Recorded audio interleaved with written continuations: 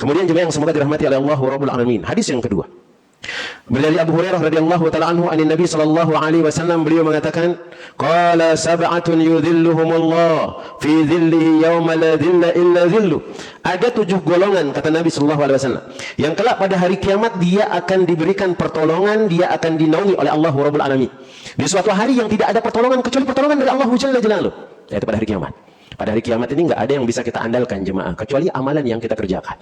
Dan kalau kita lihat amalan yang kita kerjakan ini nggak ada apa-apanya jemaah, bolong semua. Duduk di majlis taklim kita ingin dipuji, nyampaikan kebaikan kita juga ingin dipuji jemaah. Sholat kadang-kadang masalah dunia pun terlintas. Jadi suami tidak lepas dari mencaci maki istrinya, dari istri dia tidak lepas berbuat durhaka pula kepada suaminya, membantah. Amalan apa yang kita banggakan? Nggak ada amalan yang kita bisa kita banggakan ketika berjumpa dengan Allah Jalla Jalaluhu. Tapi yang kita harapkan adalah rahmat dari Allah Rabbul Alamin dengan amalan tersebut. Ya kita berusaha, harus ikhlas karena Allah Jalla Jalaluhu. Yang mana nanti kalau sudah berusaha ikhlas kita mendapatkan kebahagiaan, akan mendapatkan rahmat dari Allah Rabbul Alamin. Maka Nabi SAW mengatakan ada 7 orang yang pada hari kiamat Allah akan menaungi mereka, Allah akan memberikan kemudahan bagi mereka, Allah akan memberikan keberkahan bagi mereka. Yang pertama adalah imamun adil, imam yang adil. Ini yang akan dinaungi oleh Allah Tabaraka wa Ta'ala. Maka jadi imam yang adil itu susah jemaah. Tetapi walaupun susah, pahalanya sangat besar. Maka Nabi SAW sering memberikan peringatan kepada para sahabat, orang-orang yang ingin menjadi imam dia, yang dia ingin menjadi pemimpin. Maka Nabi SAW mengatakan, la tas'alil imarah, jangan engkau minta kepemimpinan. Karena kalau engkau minta kepemimpinan, wukilta ilaihi, engkau akan merasa berat dan susah akan menjadi adil. Kecuali ada orang menunjuk kita tidak pernah meminta, tiba-tiba disuruh. Contoh misalnya jadi ketua DKM misalnya, dilihat kita bagus, kemudian kita disuruh jadi ketua DKM, kita tidak meminta, maka insya Allah Allah akan menolong kita. Tapi kalau ada orang mengatakan, oh jadikan saya DKM, jadikan, mungkin dia mau jadi DKM, melihat uang kas masjid banyak, melihat ini kemasukan banyak, akhirnya apa yang terjadi? Dia tidak adil dari kepemimpinannya. Maka orang yang tidak adil dalam kepemimpinannya itu akan dimasukkan ke dalam neraka jahanam oleh Allah Rabbul Alamin.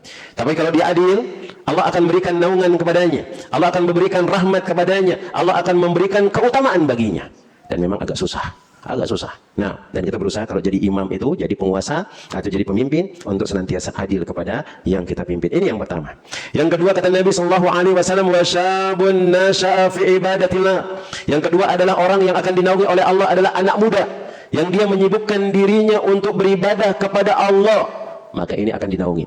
Kenapa? Karena biasanya anak muda itu susah taat sama Allah jemaah. Susah dia taat. Maka kalau dia taat kepada Allah, Allah akan memberikan keutamaan yang sangat besar. Karena mereka merasa kalau masih muda belum tua itu bebas. Apalagi kalau dia belum menikah. Semua yang dia kerjakan, dia menganggap bahwasanya umurnya masih lama. Beda dengan orang tua. Ya kayak kita yang sudah tua ini, apalagi yang kita mau pusingkan jemaah. Tinggal pusing, bentar lagi mati kita jemaah. Hanya kita akan fokus dalam beribadah. Oh, dalam penglihatan Allah ini biasa-biasa saja. Karena biasanya orang tua sibuk dengan ibadah itu udah biasa-biasa dia. Maka biasa saja.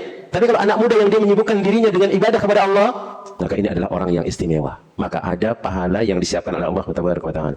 Kemudian yang berikutnya adalah warajulun qalbuhu mu'allakun bil masajid, dan seorang laki-laki yang hatinya ini terpaut terus dengan masjid. Ketika dia baru mendengar suara ngaji di masjid, suara azan dikumandangkan, dia tidak tenang, dia pengen segera datang ke masjid. Ini adalah orang yang akan dinaungi oleh Allah Rabbul Alamin. Ya mudah-mudahan seperti kita para jemaah yang hadir ketika sudah dikumandangkan azan di masjid itu, kita pengen cepat datang ke masjid. Bahkan semua urusan yang kita kerjakan di rumah kita tinggalkan. Maka ini adalah orang yang akan dinaungi oleh Allah Jalla Jalaluhu. Kemudian yang berikutnya adalah warajulani tahabani fillahi ijtama alaihi wa tafarraqa alaihi. Kemudian 2 orang yang saling mencintai karena Allah, dia berkumpul karena Allah dan dia berpisah karena Allah pula. Contoh kita di sini nggak ada yang saling kenal. Tiba-tiba kita bertemu, akhirnya kita saling menyayangi. Ada si fulan, ada di si fulan. Kemudian karena hubungan Allah Tabaraka wa Ta'ala kita saling membantu. Saling cinta karena Allah ini saling mengingatkan, saling menasihati. Kita berkumpul karena Allah, nanti berpisah pula juga karena Allah.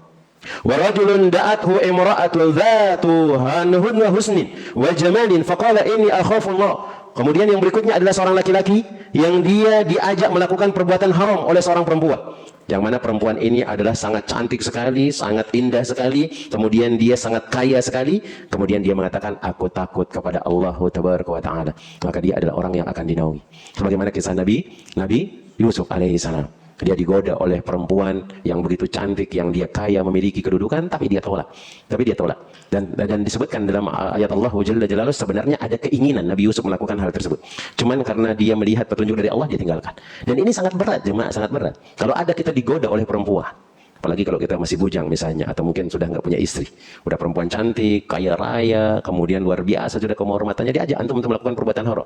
Kemudian ya setelah kondisi tersebut kita nggak tahu. Kalau bisa kita hindari, maka kita akan mendapatkan keutamaan dari Allah Jalla Jalaluhu. Kemudian yang berikutnya adalah beliau mengatakan wa rajulun tasaddaqa bi sadaqatin fa akhfaha hatta la ta'lama shimaluhu ma tunfiqu yaminuhu. Yang berikutnya adalah yang keenam, adalah seorang laki-laki yang dia bersedekah, kemudian dia sembunyikan sedekahnya sampai tangan kirinya itu tidak tahu kalau tangan kanannya itu bersedekah. Apa maksudnya? Dia ikhlas melakukan amal soleh.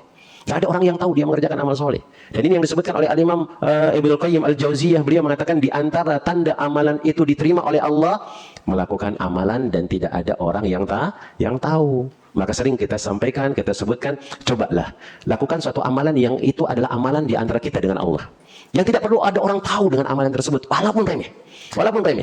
Maka lihat Bilal bin Rabah, yang mana Nabi SAW ketika di waktu subuh dicari Bilal, tiba-tiba Nabi mencari Bilal. Ayo Bilal, mana Bilal? Suruh dia ke sini. Dipanggillah Bilal, kemudian datang. Ya Bilal, kata Nabi SAW, inni dakhaltul jannatal bariyah. Tadi malam aku dibawa masuk surga oleh Allah Jalla Jalaluhu. Fasami'tu duffa na'laika. Aku dengar ada suara langkahmu masuk surga di dekatku, wahai Bilal. Amalan apa yang engkau kerjakan?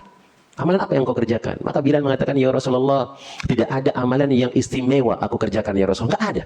Kecuali ada satu amalan yang aku ingin berbangga di depan Allah Tabaraka wa Ta'ala. Maka Nabi mengatakan, amalan apa itu?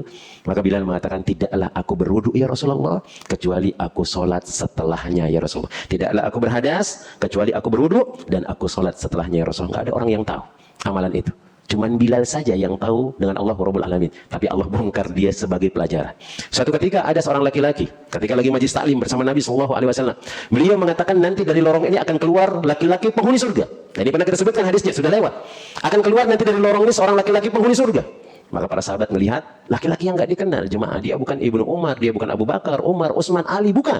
Nggak ada orang yang terlalu kenal sama dia. Tapi dia sahabat Nabi SAW. Sampai seorang sahabat Ibnu Umar ini nyari cara, dia ingin melihat amalan apa yang dia kerjakan. Kok dia istimewa sekali di depan Nabi SAW. Bahkan dia masih hidup, kakinya masih di atas tanah, dia berjalan di atas tanah, dijamin masuk surga. Hanya Ibnu Umar ini nyari cara supaya dia nginap di rumah sahabat tersebut. Setelah menginap, apa kata Umar? Nggak ada yang istimewa. Tengah malam pun nggak bangun sholat dia. Apalagi baca Al-Quran. Nggak ada. Biasa-biasa saja. Dan kita tahu kalau Ibnu Umar itu adalah sahabat yang sangat luar biasa sekali, jemaah. Disebutkan dalam sirah-sirah, disebutkan dalam hadis-hadis, bahwasanya Ibnu Umar ini adalah seorang sahabat yang dia sangat mengikuti semua yang dikerjakan oleh Nabi SAW. Dia pernah mendengar ada Nabi SAW kencing di tempat tumpukan sampah di suatu desa. Dia datang ke sana, sengaja. Kemudian dia cari posisi Nabi ketika kencing itu mana posisinya. Dia arahkan dirinya ke posisi tersebut, kemudian dia kencing, jemaah. Dia mendengar Nabi SAW ketika safar, beliau istirahat di tempat sholat kecil, istirahat sekian menit. Kemudian dia sholat 2 rakaat di sana, dia ke sana. Dan dia pun istirahat sebanyak Nabi SAW istirahat. Dia mengerjakan sholat sebagaimana Nabi SAW mengerjakan sholat. 2 rakaat dikerjakan 2 rakaat. Ini Ibnu Umar, jemaah. Maka melihat sahabat ini nggak ada yang istimewa, biasa-biasa saja. Oh berarti masuk surga itu gampang kan? Gampang. Akhirnya setelah 3 hari dia pun minta izin, mengatakan, wahai sahabat, orang bertamu ini cukup 3 hari saja. Setelahnya saya mau pulang. Dan sebelumnya ya alasan saya menginap di rumahmu ini, aku mendengar Nabi SAW mengabarkan engkau penghuni surga. Sampai 3 kali Nabi SAW mengatakan hal tersebut. Hanya aku penasaran amalan apa yang engkau kerjakan. Akhirnya ya Ibnu Umar pun pamitan. Setelah jauh Ibnu Umar dipanggil lagi oleh sahabat tersebut. Ya Ibnu Umar, ta'al. Wahai Ibnu Umar, kemari.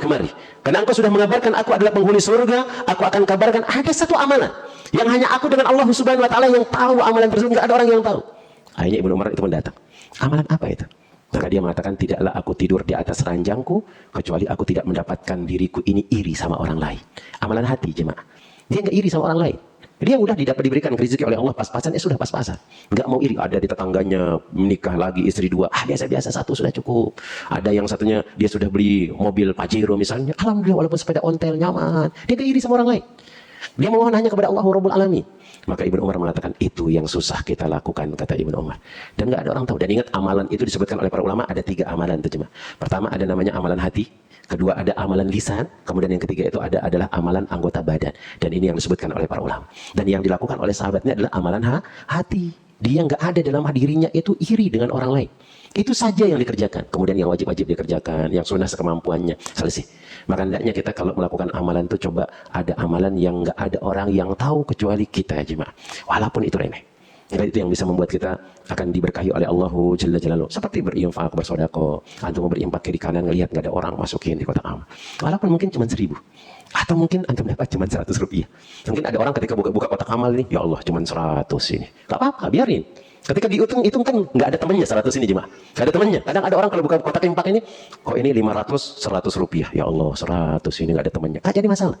Biarkan orang-orang yang membuka kotak amal itu merasa meremehkan uang yang 100 tersebut. Tapi kita berinfak itu betul-betul mengharapkan rahmat dari Allah Jalla Jalaluhu dan ikhlas karena Allah. Tapi bukan berarti yang 100 terus antum infakin. Mana yang bisa antum ikhlas? Kalau memang 1 juta ikhlas 1 juta. 100 aja Ustaz. Aman. Duit saya 1.000 nih Ustaz nih. 100 rupiah saja. Oh nanti biasanya 100 lagi. Tapi kalau mulai atau belajar untuk beribadah boleh. Orang belajar ibadah itu dari kecil-kecil, jangan langsung banyak.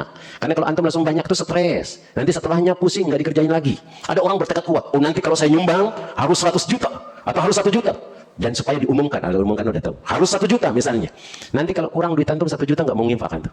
Nah, kan merasa berat. Padahal kurang 1.000, kurang 1.000 ini 999 misalnya. Akhirnya nggak mau berinfak di jemaah. Maka melakukan amal soleh itu dari bawah, berapa yang bisa kita kerjakan. Maka itu yang terbaik. Apalagi yang tersembunyi, yang tidak diketahui. Kemudian yang terakhir kata Nabi SAW, wa rajulun dzakarallahu khalian wa rajulun dzakarallaha khalian fafadat ainah. Yang ketujuh orang yang dinaungi oleh Allah adalah orang yang dia mengingat Allah dalam kondisi sepi. Nggak ada orang yang tahu. Tiba-tiba dia nangis jemaah. Itu yang terbaik. Maka ini sering biasanya dilakukan oleh orang-orang soleh itu kalau bangun tengah malam. Mohon kepada Allah Tabaraka wa Ta'ala, keluhkan semua urusan kita kepada Allah. Nggak ada duit hari ini, bangun tengah malam, ingat Allah, nangis. Ya Allah, Anda nggak punya duit ya Allah. Karena kita bergantung kepada Allah Tabaraka wa Ta'ala. Apalagi kalau banyak dosa kita, minta kepada Allah Tabaraka wa Ta'ala ampunan jemaah. Maka Allah akan naungi kita. Bahkan dalam hadis yang lainnya, orang yang dia menangis karena Allah, itu wajahnya diharamkan masuk ke dalam api neraka jemaah. Sekarang pertanyaannya, kapan terakhir kali kita nangis karena Allah Tabaraka wa Ta'ala, takut karena Allah? Nggak ada. Kita nangis, oh mobil saya ketabrak Ustaz, lecet, nggak ada duit untuk memperbaikinya, nangis dia. Itu saja. Oh keluarga saya meninggal dunia Ustaz, nangis, itu saja. Tapi orang yang dia mengeluhkan urusannya kepada Allah, yang dia tahu dirinya berdosa, jarang sekali kita menangis kepada Allah Jalla Jalaluhu. Maka silahkan kita terus mendekatkan diri kepada Allah Rabbul Alamin, karena ini diantara rasa cinta kita kepada Allah Jalla Jalaluhu. Insya Allah nanti kita akan lanjutkan, ada masih beberapa hadis yang belum kita baca. Nah.